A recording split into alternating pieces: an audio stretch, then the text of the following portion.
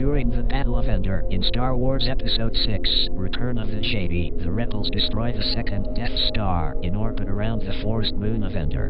The destruction of the battle station kills the remaining Imperial forces on board and delivers an enormous blow to the Empire due to the loss of such a gigantic weapon and all aboard, the defeat of the Imperial fleet nearby and the death of the evil Emperor Palpatine. And our heroes are celebrating at the end all dandy and fine now that Darth Vader has been redeemed.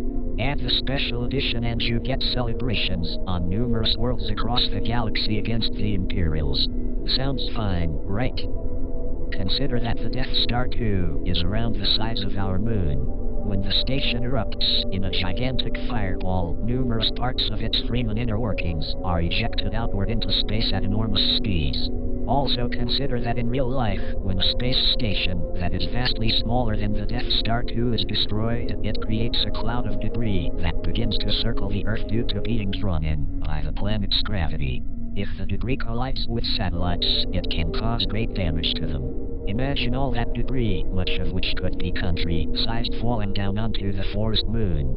The gravity field would pull on the wreckage so that it would be shifted towards the moon. The gas giant Endor is directly behind it, the forest moon, and thus cannot pull enough of the debris away.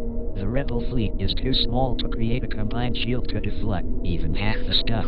And the Imperials, even if they were helping the rebels deflect it and had all of their ships, would not be anywhere near enough to protect the moon. The resulting impacts would practically annihilate the biosphere of the moon. Enormous clouds of dust would be thrown up into the air, blocking out sunlight for many miles. This would be in turn supplemented by the forest fires caused by burning wreckage strikes. The native population of the planet, the Ewoks, would have to be evacuated off-planet if they were to have any chance of surviving this catastrophe. It is doubtful that they would survive. The rebels are strapped for ships and could evacuate only a mild sliver of the Ewok natives.